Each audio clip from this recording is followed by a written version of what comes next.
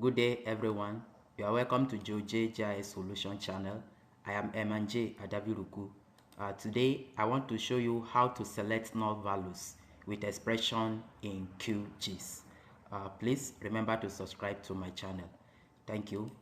So let's go to our QGIS interface now. So in our QGIS interface, I have a dataset here called road network.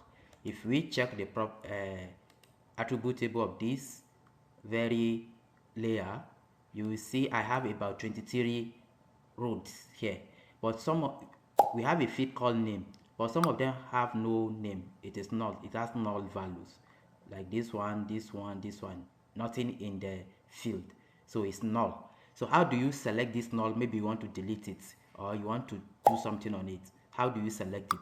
So that's what I want to show you. There are many ways of doing this. One of the ways that you can come here, click here, you see select features by values, select features by values. So now here, this is the name. Remember the name in attribute table, we have name, so that's the name here. Then here you click here and you click on is missing null. Check this, is missing null. So you click select feature, select.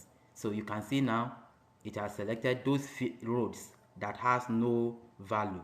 So if you check the attribute table, you'll see that it has highlighted those without name, those without value. So it has selected that. So the other way of doing it is that in the attribute table, you can select by expression, using the expression. So to do that, just click on this icon, select features by expression. Then you write your expression. Under expression, the expression is this. You say double quotes, name, that is this field, the field name is name, close the quotes, space, is space, null. So once you have typed that expression, you click, let me bring this up a little bit, you click on select features. You can see it has selected those features.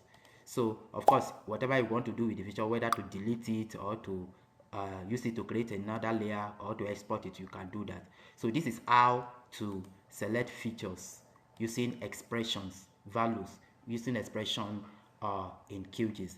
Please remember to subscribe to my channel. Thank you.